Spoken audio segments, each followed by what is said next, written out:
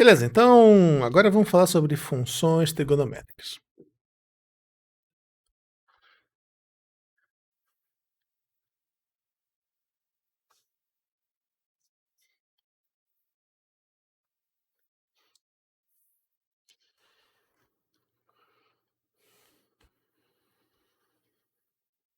Deixa eu começar fazendo umas perguntas para vocês.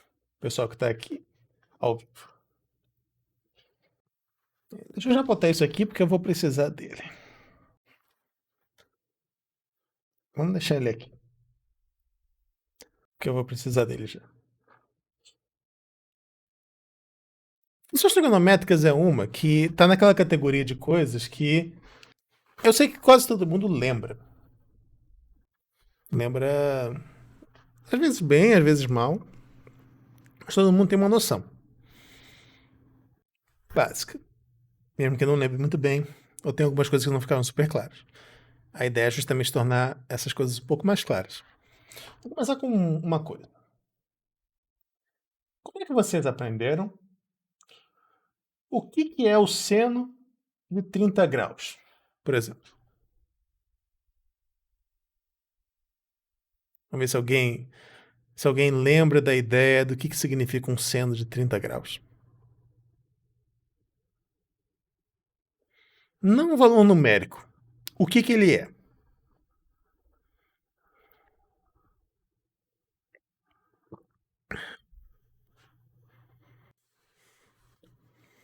É uma pergunta um pouco mais natureza mais filosófica do que o valor numérico dele. O que seno de 30 graus representa?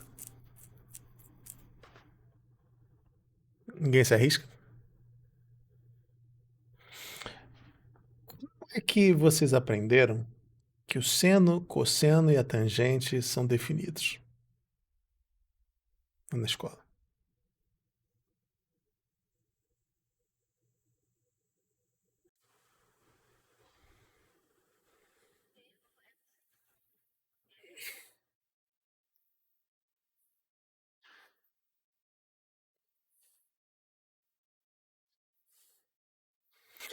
Não, calma. Na verdade, estou pensando numa coisa mais básica. Você já está indo pro. Já está indo para cá. A gente vai chegar aqui. Não, não, mas assim, eu, na verdade eu nunca tinha ouvido isso antes. É até engraçado. Tá certo. Mas sem sono eu nunca tinha ouvido esse antes.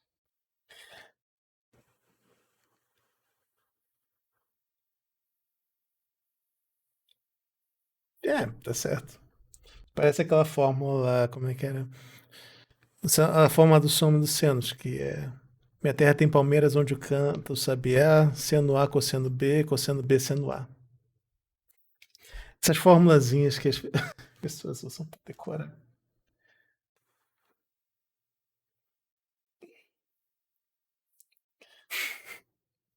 O problema é quando não tem um básico assim, aí acaba ganhando uma confusão. Esse aí eu nunca tinha ouvido, é legal, gostei. Mas, tradicionalmente, tá? E até historicamente, a maneira que o seno surgiu é através da ideia do triângulo retângulo. Quando você chegar lá em geometria euclidiana, e geometria euclidiana tenta estudar a geometria de maneira um pouco mais quase histórica, assim. Você vai estudando geometria a partir dos axiomas básicos. A gente não estuda exatamente como elementos de Euclides. A gente tem uma versão um pouco mais moderna dos axiomas, que são um pouco mais fáceis de entender. Mas lá em geometria euclidiana é justamente estudar o conteúdo do elemento de Euclides e a gente vai começando da construção básica. Essa construção básica, nessa construção histórica, seno e cosseno eles surgem a partir do estudo do triângulo retângulo. Triângulo retângulo, na geometria, é uma coisa que é extremamente útil. Parece o tempo todo. Você tem que. Toda conta de demonstração, você coloca um triângulo lá, e aí você faz uma semelhança de triângulo para passar esse lado para o outro lado. É uma coisa onipresente quando você estuda. Então isso aí é uma coisa, tem uma importância central, o estudo de triângulo dentro do contexto da geometria euclidiana clássica. O seno e cosseno eles surgem ali. E o seno e cosseno eles surgem, tá, a partir do estudo do triângulo retângulo e do ângulo. Então, se você tem um ângulo de θ ou x aqui, você define o seno e cosseno a partir dos lados. É exatamente isso que colocaram no chat. O seno é o cateto oposto sobre a hipotenusa. O seno de x, historicamente, ele surge dessa maneira. Cateto oposto sobre a hipotenusa, cosseno de x é o cateto adjacente sobre a hipotenusa, e a tangente de x é o cateto oposto sobre o cateto adjacente. Coca. Esse é um outro mnemônico que eu não conheço. Provavelmente. Ah,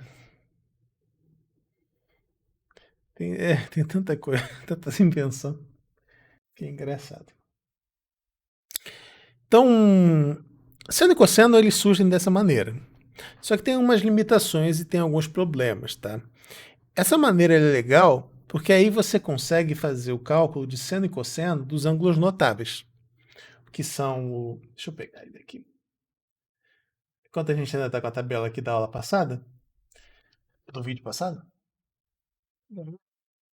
E eu vou sentir saudade disso quando eu voltar para ela presencial, porque é tão prático ter que. Tão mais prático, mesmo fazendo umas coisas erradas de vez em quando, é tão mais prático fazer isso do que ter que copiar a mesma coisa.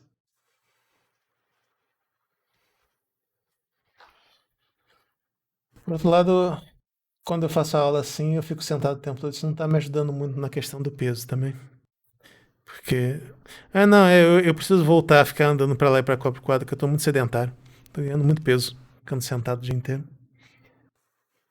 Isso aí não é uma coisa muito boa. É, e não, em aula de matemática é bom, porque você vai para um lado do quadro, aí você vai correndo para o outro lado do quadro e você não para de escrever nunca.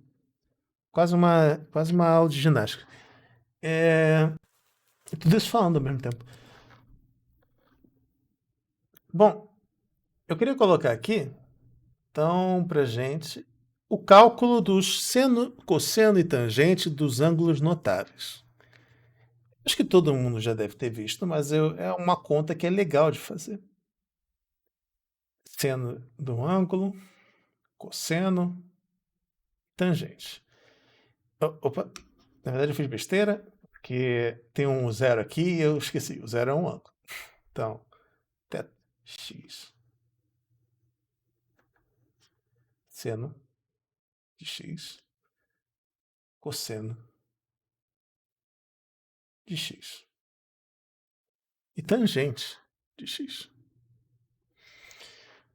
Provavelmente tem uma música sobre isso, mas...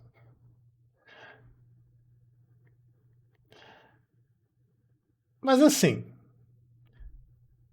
agora, nesse curso daqui, a ideia é que vocês não estão mais estudando isso para fazer uma prova. A ideia daqui é que vocês estão estudando isso para conseguir, de fato, entender de onde isso aqui vem. Então não é mais para ser uma coisa de decorar. Vocês têm que tentar estudar isso aqui para entender como chega nesse valor.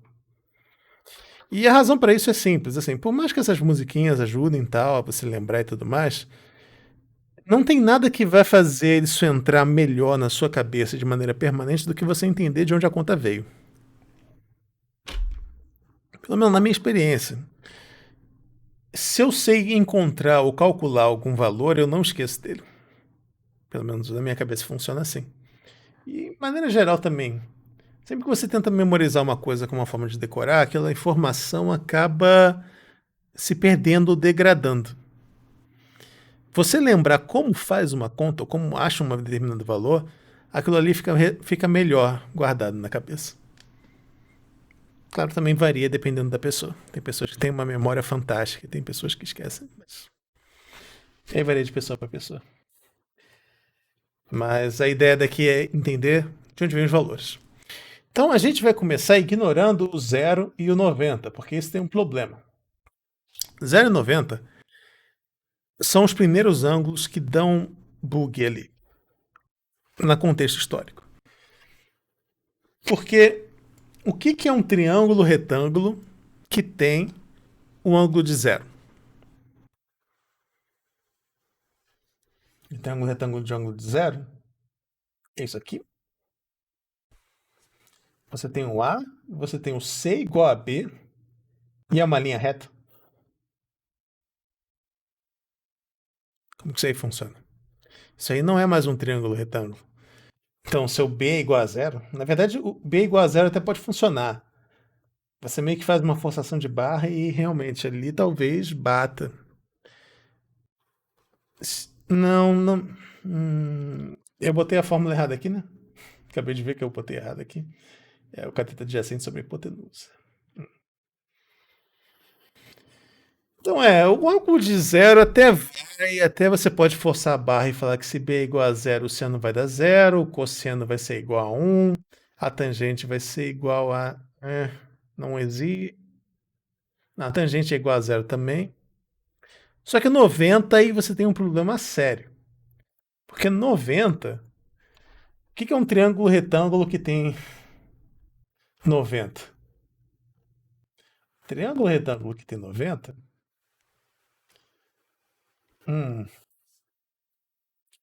Onde que está esse ponto C?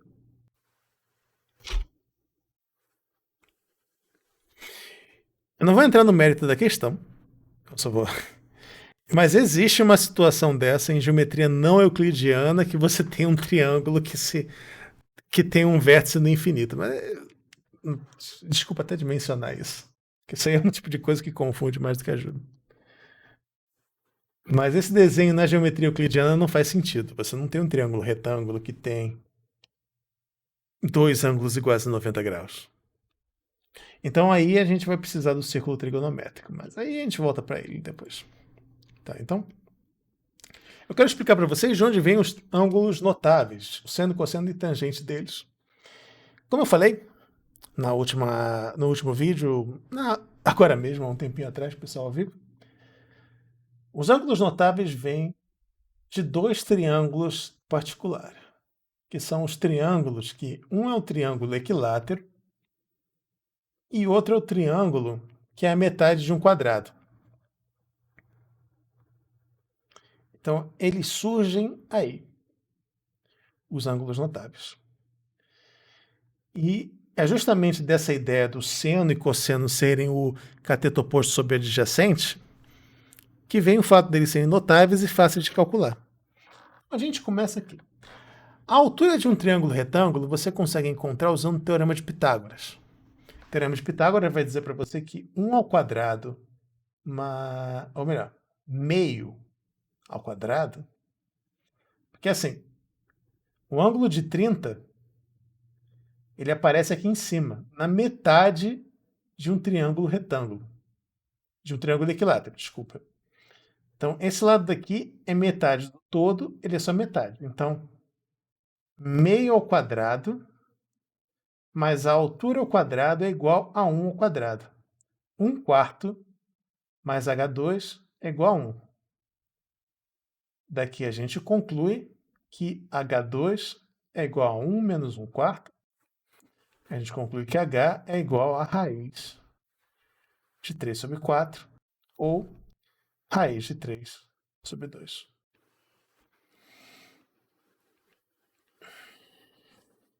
Agora a gente tem condição de calcular o seno e cosseno tangente. Seno de 30 graus. Ele é o quê? Cateto oposto sobre a hipotenusa, né? Ele é meio. Porque a hipotenusa aqui é 1. Cateto oposto, meio. Cosseno de 30, cateto adjacente sobre a hipotenusa. Raiz de 3 sobre 2. E a tangente? Cateto oposto sobre o cateto adjacente. Então, meio sobre raiz de 3 sobre 2. Divisão de frações. Isso aqui você repete a primeira, multiplica pelo reverso da segunda ele é 1 sobre raiz de 3, que dá para simplificar como raiz de 3 sobre 3. Então, a tangente é raiz de 3 sobre 3. Eu vi alguém comentando aí sobre o quinto postulado, depois eu faço um comentário. 45 graus um quadrado. Então, a gente, lado 1 em 1, o diagonal do quadrado da raiz de 2, teorema de Pitágoras de novo. Cateto oposto sobre adjacente é o quê? Sobre hipotenusa é raiz de 2 sobre 2, depois que você simplifica, porque fica 1 sobre raiz de 2. Cosseno é a mesma coisa, raiz de 2 sobre 2. E a tangente, cateto oposto sobre adjacente, 1. E o seno? 60, desculpa. 60 é o contrário do 30. Porque olha aqui, o ângulo de 60 é esse de baixo. Então, o seno dele vira o cosseno do outro. Eles são ângulos complementares, isso é uma propriedade que eles têm. E a hipotenusa, a tangente, desculpa, é o inverso. Então, a tangente é só raiz de 3. Então, agora vocês sabem, se nunca tiverem visto isso antes, como é que você chega nos ângulos, o seno, cosseno e tangente dos ângulos notáveis. É só uma continha bem básica, bem direta.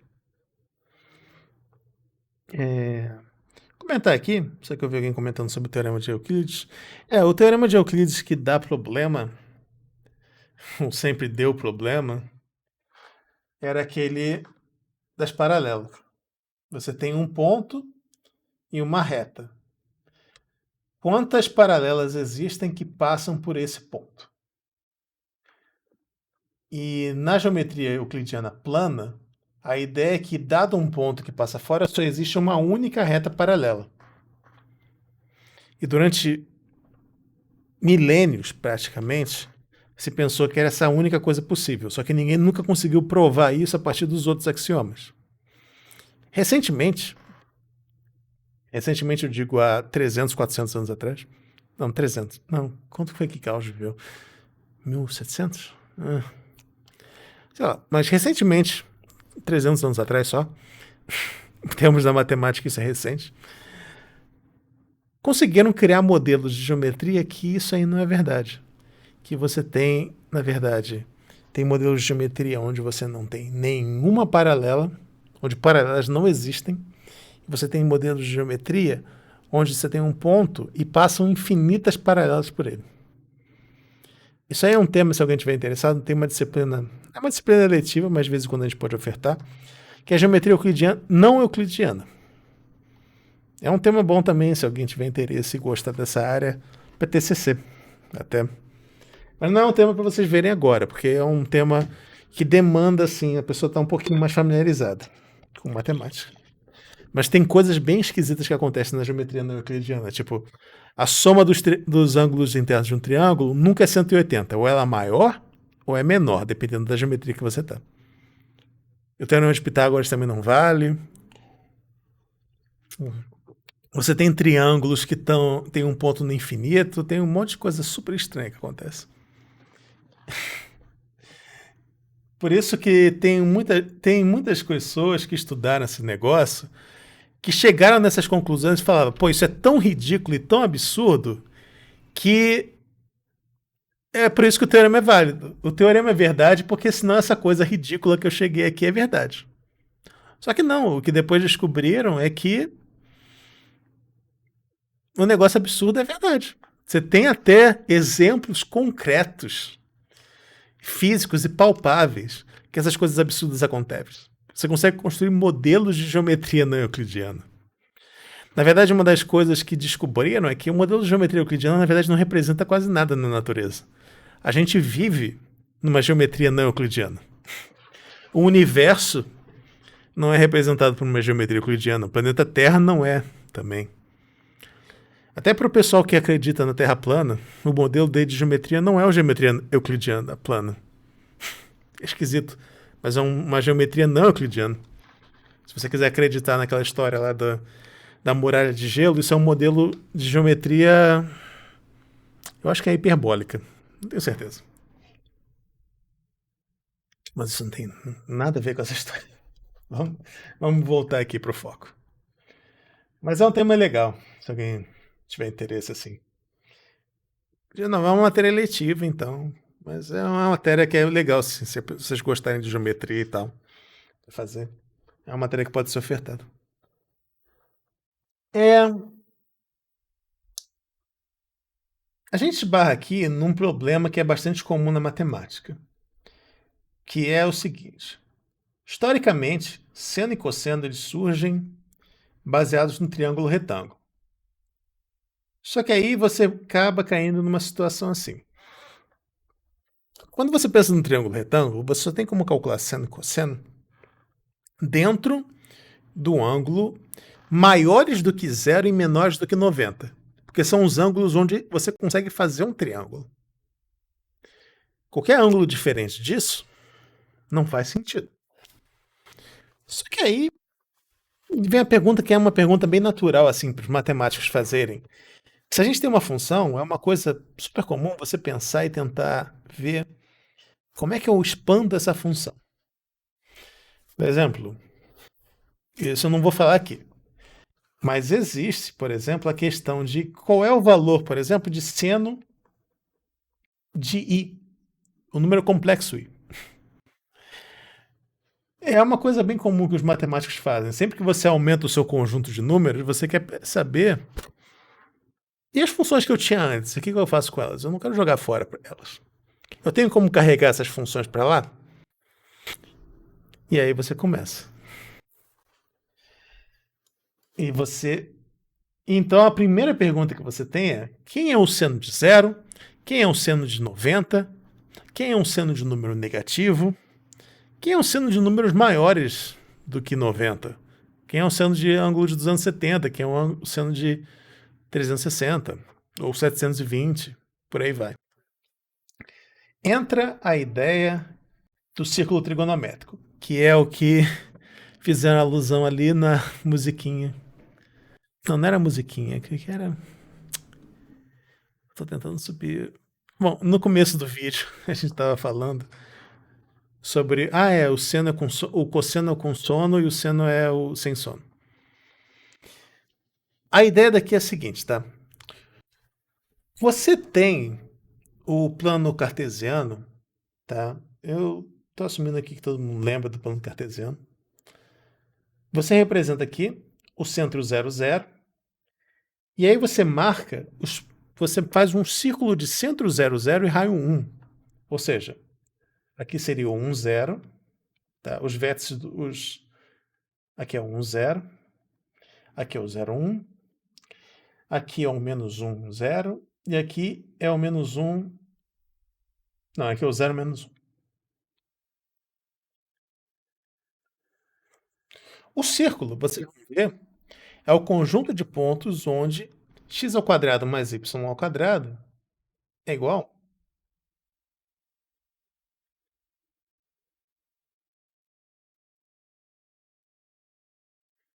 Essa é a definição dentro da geometria analítica do que ele é, do que é o círculo. O que isso tem a ver com seno e cosseno?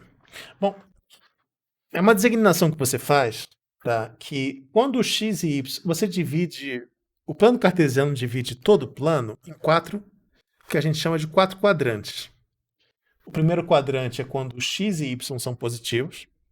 O segundo quadrante é quando o x é negativo e o y é positivo.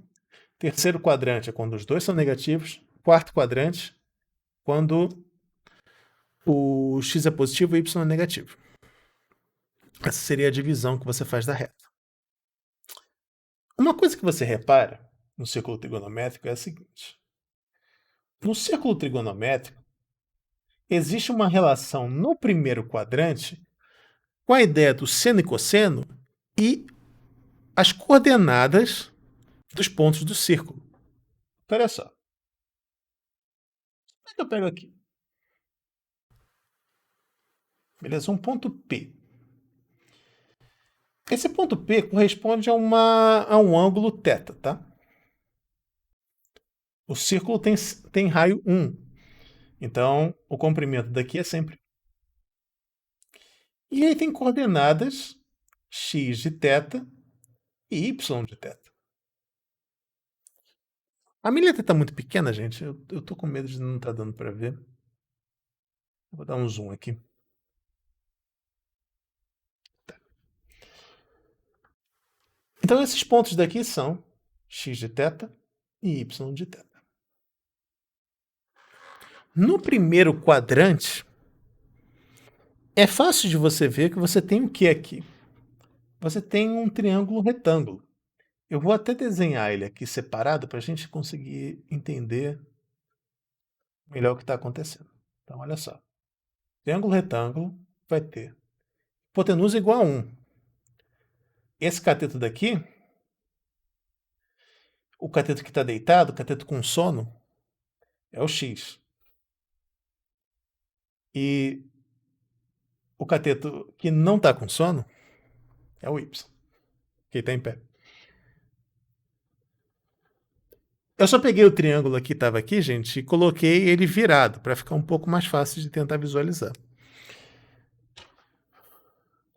O que acontece com o y, o x e o ângulo? Que relação a gente consegue tirar daí? A relação que a gente consegue tirar é que o seno de θ é o quê? É o cateto oposto sobre a hipotenusa. E o cosseno de θ é o cateto adjacente sobre a hipotenusa. Certo? Então, no primeiro quadrante, o que você tem é o x, o cara que está deitado, com sono, é o cosseno. E o y é o seno. Dentro do primeiro quadrante, isso aí funciona. Então vem uma coisa que é a forma natural. Tipo, a gente pensa em estender uma função para um contexto maior, o que você faz é, você tentar encontrar um contexto assim, geométrico, um contexto que faça sentido, aí você pega. O x ali no primeiro quadrante é o cosseno. O y ali é o seno, no sentido clássico mesmo. E se eu falasse que isso vale para qualquer valor? Se eu simplesmente chegasse e falasse, bom, isso aí é verdade para todo mundo, para o primeiro quadrante, isso é verdade também para todos os outros quadrantes. E é isso que é legal, e essa é a ideia. Você não define o seno e cosseno e depois usa o círculo trigonométrico. O círculo trigonométrico é a definição do seno e cosseno para ângulos diferentes de 0 a 90. É uma coisa meio esquisita de pensar, mas porque historicamente o seno e cosseno eles surgem aqui, o círculo trigonométrico é o que dá sentido para mim falar de seno de menos um ângulo e falar do seno de mais um ângulo. Isso só faz sentido dentro desse contexto daqui. Então a maneira que a gente entende é essa daqui. Se você tem um ângulo x, tá? Um ângulo x vai fazer uma rotação no seu círculo. Eu estou fazendo para o lado errado porque a minha câmera está revertida, mas tá. Deixa eu fazer com o meu mouse mesmo. Pronto, assim fica mais fácil. Um ângulo x corresponde a uma rotação. Que você vai indo tal, e aí você chega aqui. Bom, x de rotação é esse valor daqui. Se o seu x for em radiano, o comprimento do arco também vai ser x. E aí, esse ponto daí que vai se mexendo conforme o ângulo vai mudando, ele vai ter coordenadas. E a maneira que a gente define é que essas coordenadas daí são justamente o seno e o cosseno. A coordenada x é o cosseno e a coordenada y é o seno.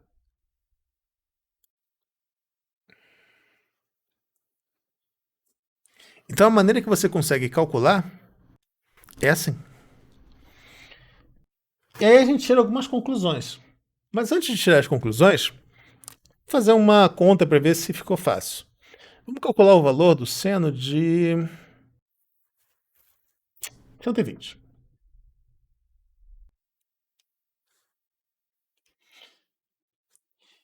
Eu sei que eu fiz o maior drama para falar que para a gente não usar graus, mas eu estou usando graus, é porque é mais fácil de pensar às vezes.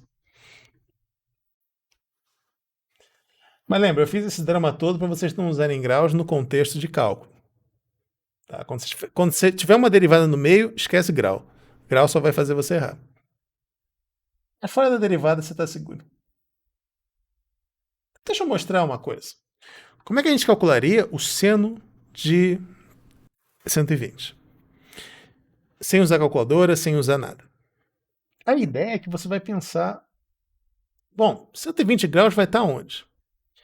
O ponto vai andando aqui conforme o ângulo vai aumentando. Quando ele está no 90, ele chega aqui.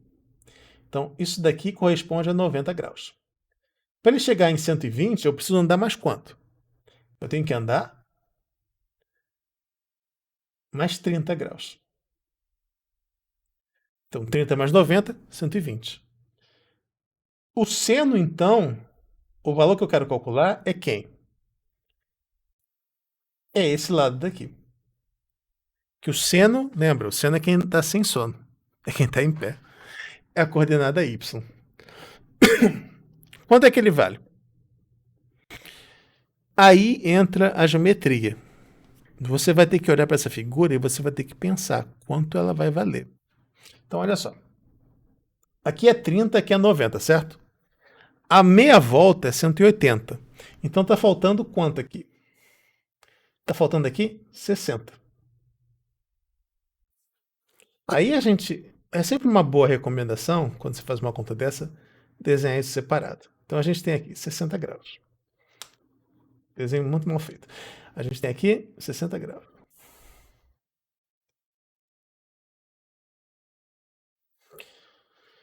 Esse lado daqui é negativo.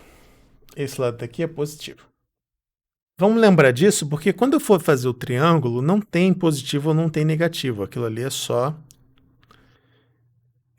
tamanho de lado. Não existe um lado negativo. Só que eu tenho que lembrar para a conta porque o sinal vai importar ali para as coordenadas. Bom, se esse ângulo aqui é 60, a gente sabe que é o quê? Bom, hipotenusa é sempre 1, que é um círculo de centro zero e raio 1. Então esse aqui vale meio e esse aqui vale raiz de 3 sobre 2, porque isso é um ângulo notável. Tranquilo? Então qual é o valor da altura? A altura é raiz de 3 sobre 2 em valor absoluto. Só que como ele está no segundo quadrante, o y é maior do que zero. Então o seno de 120 é raiz de 3 sobre 2. Mas e o cosseno de 120? O seno de 120? Bom, eu não tinha pedido originalmente, mas colocando agora, o cosseno de 120 é a coordenada x dele. A coordenada x dele, em valor absoluto, é meio. Só que como o x está no segundo quadrante, ela é negativa, então, menos meio. Entenderam? Então, é usando essa lógica do círculo trigonométrico e dos quadrantes que você consegue ver qual é o valor de um ângulo, se o valor do ângulo é positivo, se o valor do ângulo é negativo, como é que isso aí funciona. E essa é a maneira que o seno e cosseno são definidos. Tranquilo? Assim, o importante daí é a ideia mesmo, é entender de onde isso aí veio. Prática, quando vocês fazem contas, vocês têm a calculadora para fazer e tal, mas dá para a gente deduzir dessa ideia daqui algumas relações. Deixa eu ver se eu consigo aproveitar o meu e fazer um círculo trigonométrico. Não, não dá. Eu perdi meu círculo trigonométrico. Desastre. Vou tentar fazer de novo. Precisava de um compasso. Ou usar uma outra coisa de quadro branco que fizesse desenho para mim. Também ajudaria. O negócio que eu faço é eu pego um círculo aqui e começo a escrever. Mas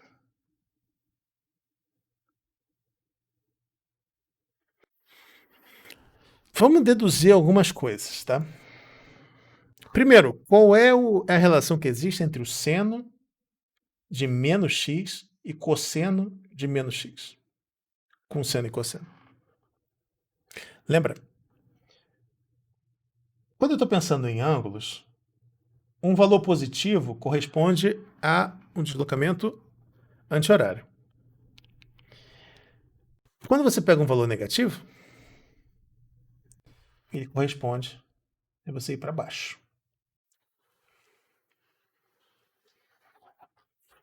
Depois eu vou fazer um comentário sobre isso, que você falou de coisas arcaicas. Mas. Então, qual é a relação que existe entre o seno e cosseno? Lembra, o cosseno é o x e o seno é o y. Cosseno. Menos x, seno. X. Desse desenho aí, a gente consegue deduzir algumas fórmulas. Quais são essas fórmulas? Qual é a relação que existe entre o cosseno de x e o cosseno de menos x?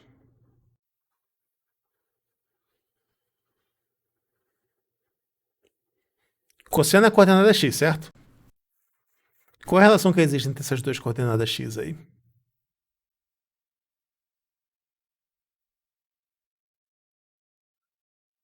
Não é o mesmo ângulo. Quando você está aqui, elas são iguais. Cosseno de menos x é o cosseno de x. E o seno? Bom, eu acho que a sua resposta ali era a resposta do seno, que é um espelho. O seno de menos x é menos seno de x. Nota que essa relação continua valendo independente do valor do ângulo. Se eu vou para cá, continua com a mesma relação. Se o meu ângulo x está aqui. Se o meu ângulo x passa também, o ângulo menos x vai passar também. Então, essa relação que existe entre o seno e o cosseno sempre vão se manter para qualquer valor. Isso não é uma prova rigorosa, tá? Isso aí é uma justificativa para ficar razoável, mas ainda não seria uma prova rigorosa, que a gente ainda não está ainda nas disciplinas que tem demonstração. Isso aí precisa de, isso aqui é mais para a gente ainda está na parte da intuição e tal. Demonstração rigorosa mesmo a gente começa a ver lá em geometria euclidiana. Tem onde faz mais sentido.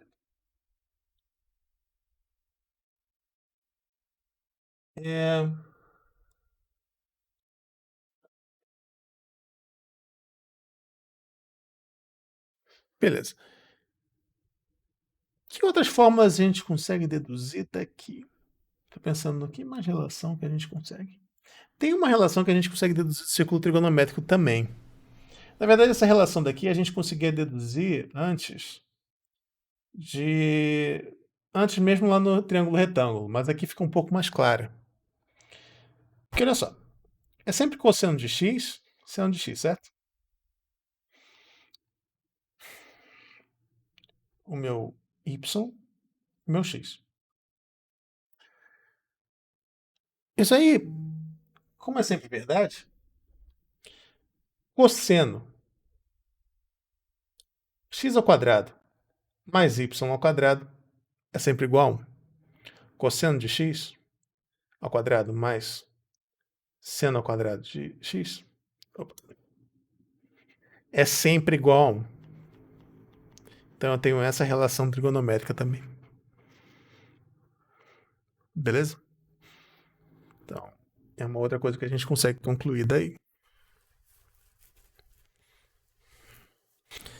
Fórmula da soma da diferença de ângulo Essas daí, vocês vão ver lá em geometria euclidiana. Aí você vê uma demonstração rigorosa para elas. Elas envolvem você fazer uns triângulos, retângulos aqui, que são. Tipo, você tem um triângulo que é o A, você tem um triângulo que é o B, aí você pega lá o seno de A mais o seno de B.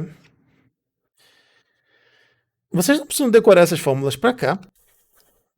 Aí depende também, mas você tem essas fórmulas também de seno de A mais B, que é o seno A cosseno B, mais seno B cosseno A. Eu não vou me preocupar tanto assim com essas fórmulas aí, porque, de novo, vocês vão estudar ela com mais detalhes lá em geometria euclidiana. Então, aqui é mais uma ideia para apresentar vocês a isso. Bom, eu vou dar uma pausa, de novo, porque a aula hoje vai ser um pouco mais comprida, então eu quero dar uns intervalos para não ficar tão cansativo. E eu já estou falando há 40 minutos nesse, então eu vou dar um intervalo um pouquinho maior agora. Quando a gente voltar, eu vou falar sobre o gráfico do seno, cosseno e da tangente. Que eu não falei também, mas a tangente, aproveitando, a tangente de x ela é definida como sendo sempre seno sobre cosseno, que é justamente o cateto oposto sobre o cateto adjacente. Essa definição continua valendo. Quando a gente voltar, eu vou falar para vocês do gráfico dessas funções. Eu vou explicar um pouquinho sobre a função secante, a função cossecante, e a gente vai fazer também, e essa daí pode dar um pouquinho de nó, mas ela é importante mencionar, as funções inversas, arco-seno, arco-cosseno. Então, quando a gente retornar, eu vou explicar para vocês. Então, a ideia é gráficos, e aí depois as funções inversas e as funções auxiliares da secante, cossecante e cotangente. Beleza? Então,